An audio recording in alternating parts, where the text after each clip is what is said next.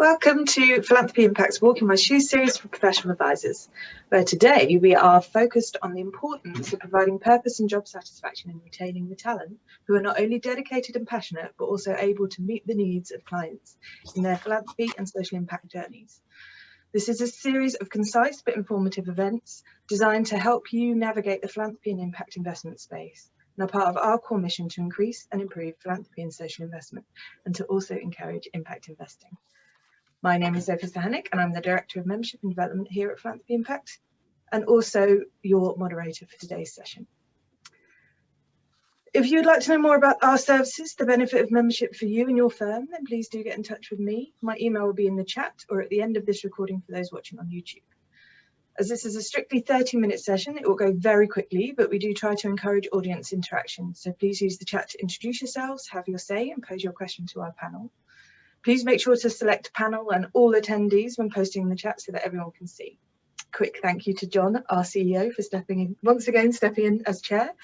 And I'd also like to welcome to the panel Andrei Li, who's the Senior Manager at Family Office and Private Client Team at KPMG UK, Kate Boswell, Director at Stonehage Fleming, Wealth Planning, and Jonathan Brinsden, who's the partner at BDB Pitmans LLP.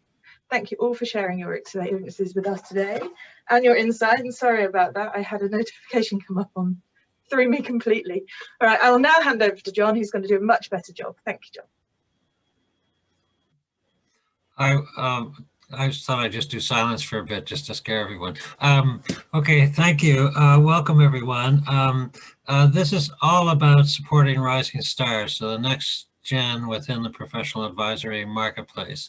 We are, as an organization, trying to support and encourage companies to support their next gen if they want to retain them, recruit them, etc. It's also important because millennials and women of wealth are demanding a change in the way advisors are supporting them. So I'd like to read a quote, if that's okay, from a millennial and a woman of wealth. And I think this reflects what's needed within advisory firms.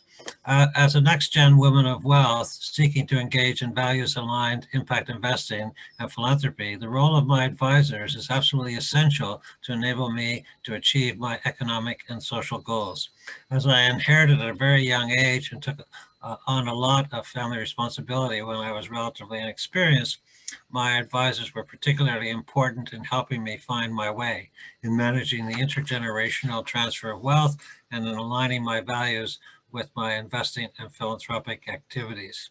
My aim is to use my personal wealth as a force for good and to have systematic change in key areas that I'm interested in. So we have really some really interesting speakers, two next gen and one that's not. You can guess who they are. No, actually two if you include me, who's not. So I'd like to ask each one of you if you could introduce yourselves and if you could talk a tiny bit about what your interest is in this topic before we actually start to discuss it in more detail. So let's start with Jonathan. As your kindred spirit here, yes.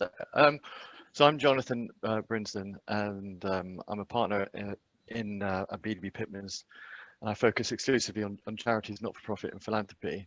But I suppose why am I interested in this subject? Well, to call a spade, I mean, law is a people business, and unless we find ways of supporting and nurturing talent, we won't have those exceptional people who will lead the charge going forward. And if you don't have exceptional people, then you won't have people who will be able to engage with your clients. And if you don't have people to engage with your clients, then you will go stale and you won't have a business. I mean, it's a virtuous circle in that sense, and it makes perfect business sense, as well as I think being the right thing to do. Okay. Thank you. Kate. Thanks, John. Hi, everyone. I'm Kate Boswell, an advisor at Stonehage Fleming. I'm a qualified chartered tax advisor and also a qualified financial planner. My interest in this topic stems really from the advice that I'm giving to my clients. So philanthropy over the last 5-10 years has become so much of a bigger issue for a lot of the clients that I work with, and particularly with the next generation, who are becoming increasingly aware of the world around them. So, you know, it's a hugely interesting topic for me as an advisor, and also with my trustee hat on as a trustee of a charity as well. Thank you. And Andra. Thanks, John. Welcome, everyone. My name is Andrei Li, and I am part of KPMG's Family Office and Private Client team. I work with business families, with entrepreneurs, and all sorts of private individuals who are very much interested in philanthropy these days. So again, very similar to Kate, it's very much part of my advisory role, being knowledgeable and understanding what's happening. And a lot of my clients are millennials and next generation. So apart from being a project of passion as well outside of work, it's something that I do encounter more and more in my day-to-day job. So yeah, delighted to be here. Good, thank you. Both Kate, you and Andra talk about it from the perspective of clients. Could I ask you, Kate, if you could talk about it from the perspective of being a next-gen millennial, quote-unquote, rising star, and what your experience has been, or what you would think the companies should be doing in general to make the experience much more productive if you feel there's room for improvement? Yeah, I think I think companies are certainly becoming a lot more progressive and more innovative. I think they recognise that employees have a lot to contribute over and above the technical skill set for which they're employed.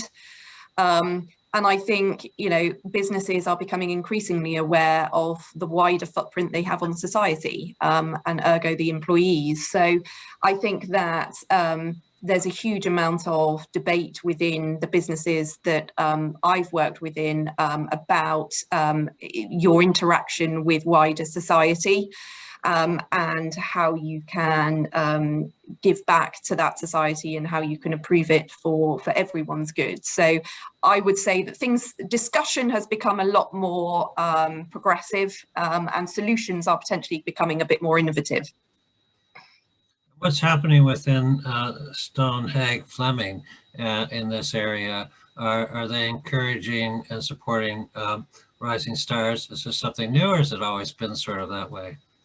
No, I think increasingly Stonehage Fleming clients that have a next gen angle to them, and I think to be able to advise a family, you need to be able to advise at all ages, and you need advisors at all ages to be able to interact with that family. So I think it's something that Stonehage Fleming has long recognised.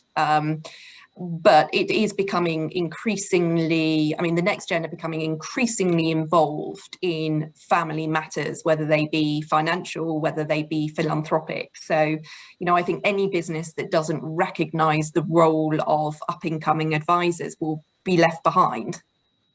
Andra, what's your experience at KPMG, and is it the same kind of thing?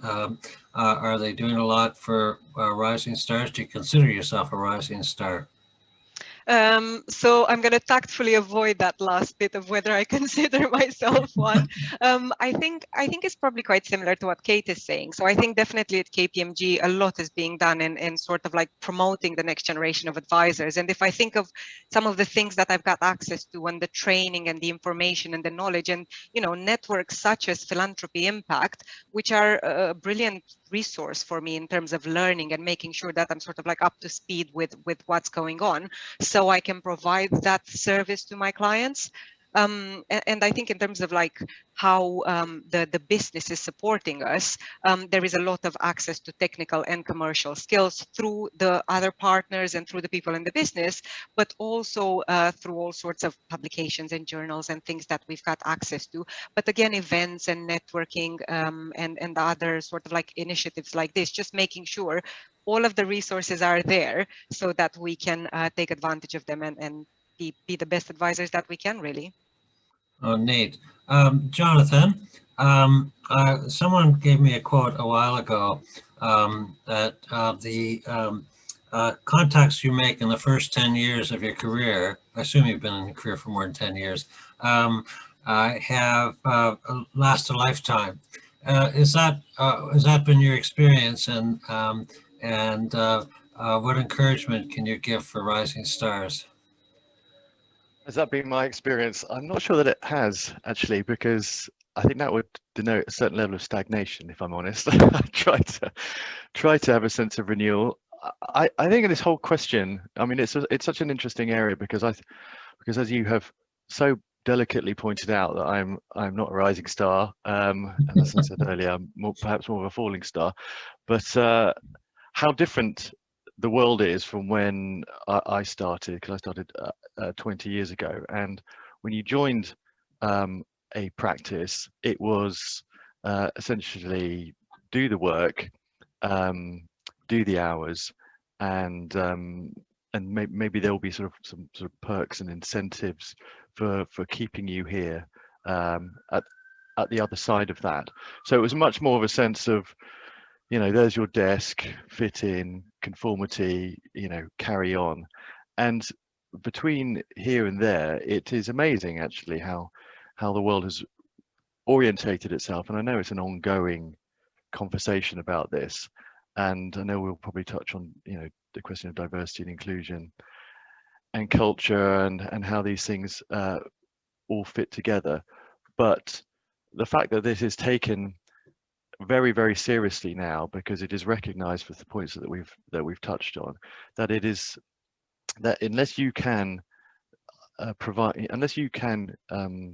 articulate the identity of where you work clearly, and explain what it is about where you work which makes it a good place to work over and above getting paid, and unless you're able to translate that into something that people can buy into, you're going to struggle to retain talent, because you won't be able to engender loyalty or enthusiasm or passion. And unless you're able to drive those things, then how are you going to communicate with the outside world in terms of clients and their needs, and help them navigate the same sorts of issues? So it's amazing to me how far we've moved. I mean, we've gone so far from, you know, I can remember when this first sort of crossed, you know, started crossing people's desks, and it was very much driven by sort of quotas and tick box, and we've moved so far beyond that, and very top down as well. You know, we must get, you know, we must improve our gender mix, you know, we must improve our ethnicity mix, and it was sort of a very top down approach, and there wasn't really any sense of the whole inclusion and equity part of that discussion, which now is the fundamental part of that discussion, because without those pieces, you won't be able to catalyze engagement and enable people to, you know, speak their voice and be comfortable and so on. So it's not the answer that you were after, but I just wanted to reflect on how the world has moved and how it continues to move in this. And we're all sitting in this, not only a technological evolutionary phase, but this sort of socio evolutionary phase. And I think it's you know, all to the good, but we are all learning, you know, as we go. I think it's sort of neat what you're talking about. What are some of the specific things that your company has done to move away from the check, sit in your desk and be quiet kind of thing? Well, again, I mean, I used to see that there were sort of initiatives which were partner led, and it would be, you know, there's nothing wrong, dare I say, John, because I'm still stinging from your earlier attack, with maybe men of a certain age who have, you know, who maybe have grey hair and are sat in position. There's nothing wrong per se in that, but where it is wrong is if it's only them, and if it's only them, that means there's only one perspective. And if that's how it sort of trickles down through the sort of decision-making hierarchy, then you're going to have that stale male problem. So what I've seen, and what I've seen that we have focused on a lot, is sort of democratization of these sorts of things, so that there's a meet in the middle from, yes, we want to kickstart this initiative, but we want it to be led from the bottom up, and we want to engage as many people as possible who are interested and as passionate as possible for the right reasons, and not because they want to sort of put their hand up to management and sort of, you know, curry favor that way, because that's the only way that you will get people to go with you, I think, in terms of enthusiasm and motivation. You know, get those early adopters in, and they will carry it, because if it comes from top down, then my concern about some of these things is that it's just a very sort of fancy mission statement and good branding, and it doesn't actually take on, you know, it doesn't actually come to life. So I think it's the people-led element which we see in various categories of interest and groupings, but they're led from the bottom up. Okay, terrific, thank you. It's okay, you have hair, I don't, so a slight disadvantage. Kate, in terms of what Jonathan's been saying, and as part of your culture in your organization, you've talked about moral courage and other conversations. Can you describe what that means and how that affects your and your colleagues' behavior and service to clients? Yeah, absolutely. I mean, I think moral courage is nothing more than acting with integrity. And I think, you know, we'd all say that trust is the prerequisite of a productive relationship between clients and their advisors. And I guess that doesn't always mean agreeing with your clients. Actually, what a lot of our clients value from us is that sort of element of gentle challenge, that element of not being afraid to speak up where you think that a family are going down the wrong route or aren't considering certain things that they should be considering, or just have things wrong. So moral courage is about encouraging employees to do the right thing, and that's do the right thing in their interactions with clients, which might not always be agreeing with clients, but it's also do the right thing in your workplace as well, in the way in which you interact with employees. So, you know, it's sort of be mindful of the people that you work with, but as I've said previously, be mindful of the community and the communities that you work within. So, I mean, moral courage is something that sort of underwrites everything we try and do at Stonehage Fleming. How does it get applied when you're dealing with multi-generation issues, and you have different, in effect, subcultures or whatever term you want to use, and differences between generations? How does that apply then? Yeah, I think that's a really interesting question. And I think if we were having this seminar 10, 15 years ago, then the trend that typically we saw with families was that sort of patriarch, matriarch would make decisions, and those decisions would be communicated down to the next generation. I think now I see that still happens, but oh, sorry, John, can you hear me? Yeah. Go ahead. You can hear me now. Sorry. Yeah. I was saying that that's an interesting question. I don't know how much of that you got. Well, just keep going. Okay.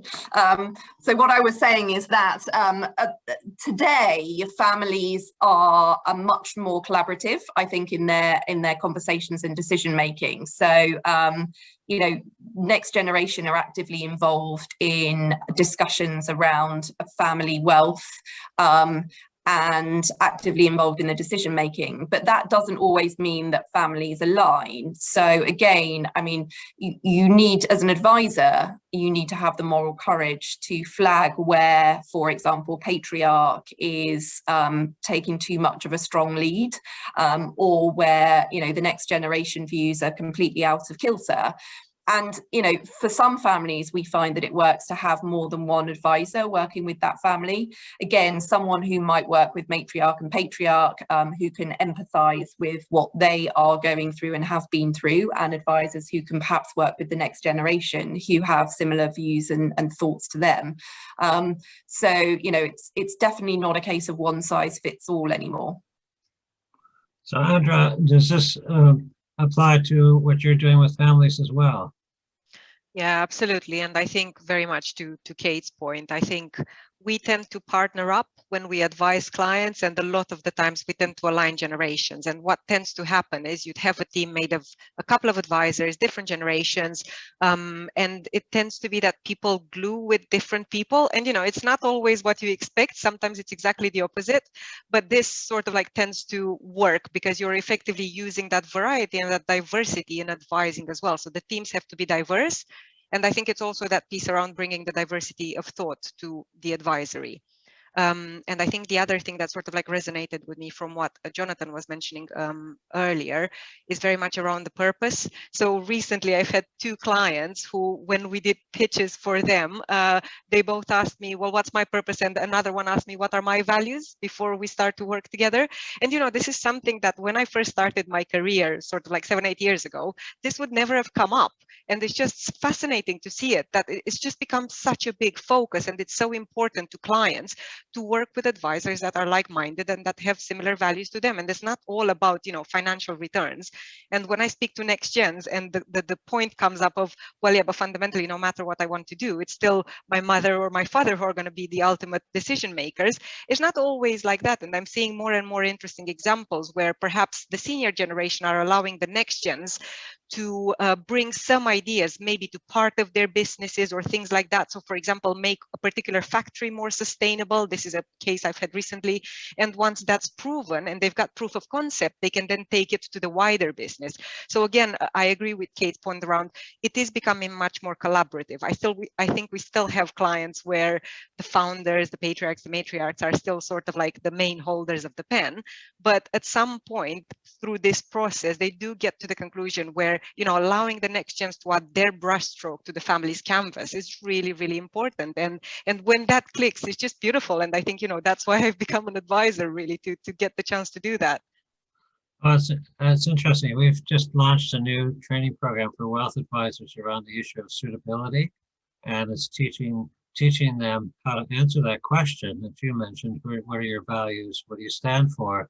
But also how to work with clients to talk to them about their values, their motivation, their ambitions, have those conversations, and then to convert those into appropriate investment vehicles.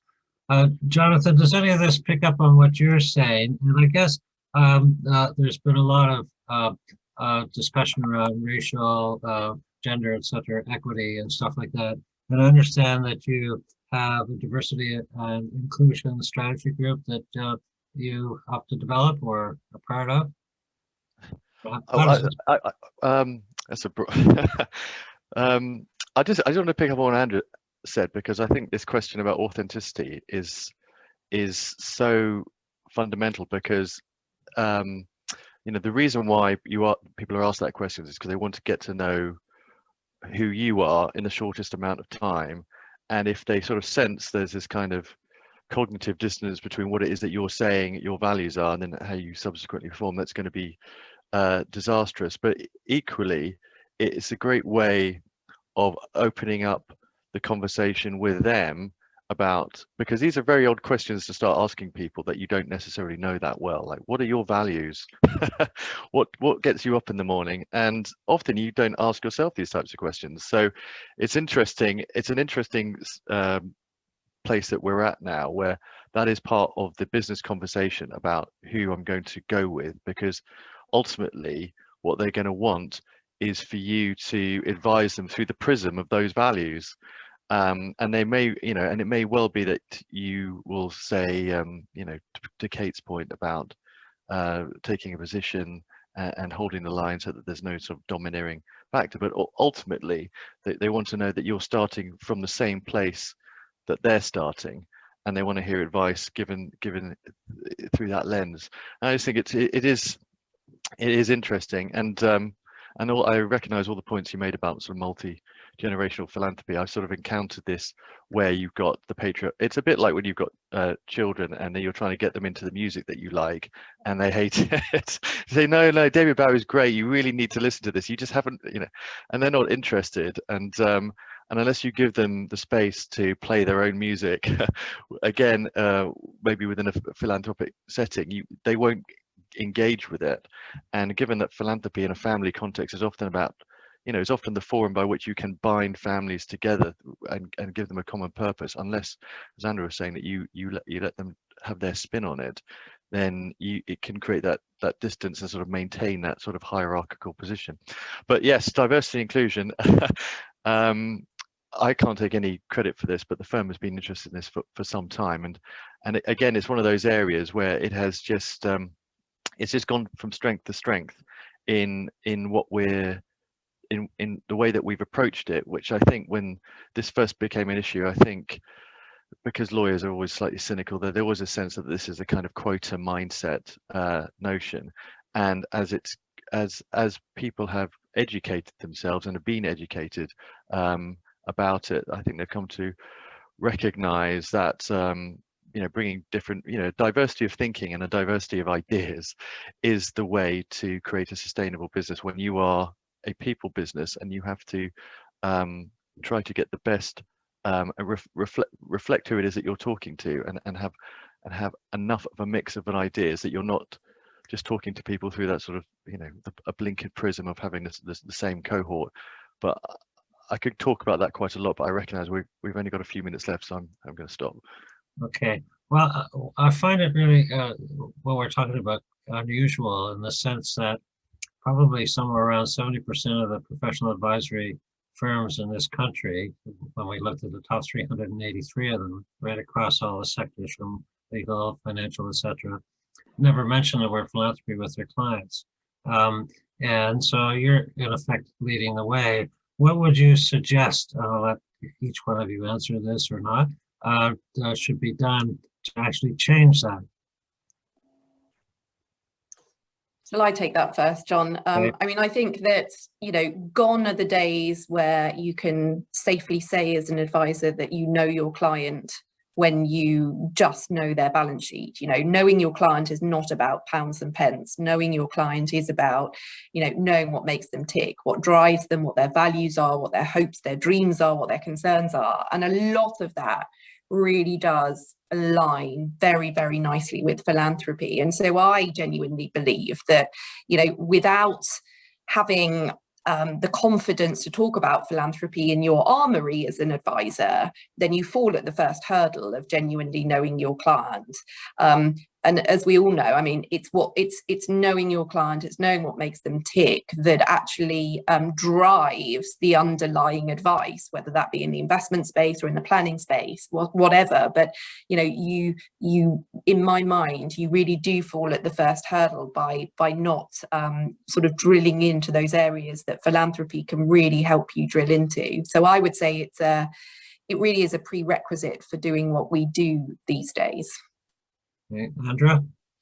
Yeah, I completely agree. I think you can't really work with any sort of like individual or private client of any sorts without sort of like being equipped with that knowledge. And I think these days it's all about knowing what you know and what you don't know. So it's about having the courage to sort of like say, perhaps there's an area that I don't know, but there are others out there, which is why I think that as advisors, it's so important to be part of networks where you've got those resources and that capability. And I think from my perspective, what I've noticed is a lot of it is about education. It's all about internal education within the firms, about disseminating that information and telling people that philanthropy is something that matters.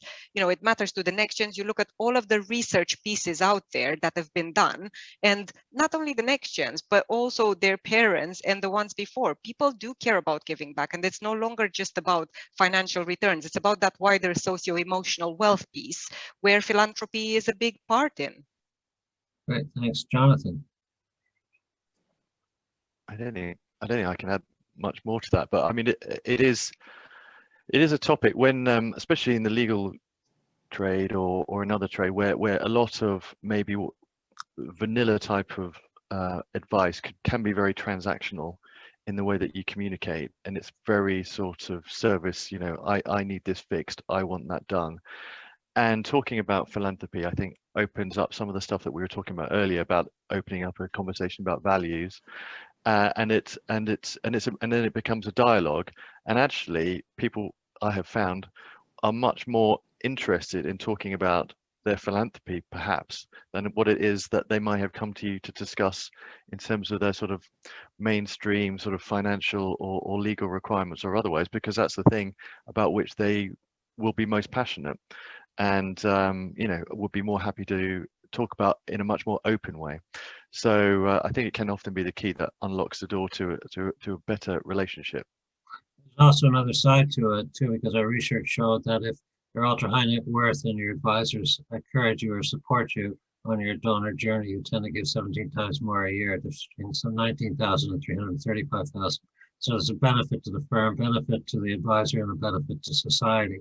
I noticed that Sophie is on playing my role now, so I'll keep quiet, but thank you, Kate, Andra, and Jonathan, for all this. That's really neat. Yeah, thank you so much. When I brought this event to the table, this is exactly what I was hoping would happen. So thank you all so much for your insight. We've just had a couple of comments come through last minute in the chat, so take a look at them whilst I'm doing the final bit if you'd like to. So next week we're back going to talk about the suitability training that John mentioned. We're going to be launching it and talking about suitability issues. John, did you want to do the 2 minutes bit? Because I felt that had already been done, but I realise I've gone off. I'm not with it today. I'm letting you down. Sorry. Why don't we do final words of wisdom, 30 seconds? Yeah, that's what you wanted to do. Sorry about that. Okay, Kate, would you like to start? Oh, final words of wisdom. Values matter. Don't be afraid to ask the question. You have a lot of influence over how those values are played out. Don't be afraid to challenge. And as Andra said, it's not always about knowing the right answers, but it's knowing that there are people out there to speak to. Thank you, Jonathan. Yes, I agree with Kate. I think I think I know I agree. I agree with Kate. I think that this is I think this sense of renewal is where I sort of started and where I sort of finished. That this is so important, and our rising stars are so important to the renewal of organisations, that unless organisations focus on this, then they will be, you know, they will be effectively made redundant by people who are. Thank you, Andra. So I'm going to quote Simon Sinek on this, and I'm going to say, let's start with why. So that would be my very first thing. You know, it's what's the purpose of everything? Why are you doing what you're doing? I think the other thing is just listen to your clients. Don't assume you know where they're headed or what they're trying to do, because a lot of the times they don't. And sometimes they don't want you to advise them. They just want you to be there to facilitate those conversations where they can reach their own conclusions. You're just a sounding board, and you need to be there knowing who to speak to, who to direct them to, and to ask the right questions to get them to form their own answers, because fundamentally, you know, it's all about them. That's terrific. That was actually brilliant. Thank you very much. Very inspirational. I'm going away like enthused and ready to go. I have to hire a few more millennials and then move on. Anyway, thank you very much. Yeah.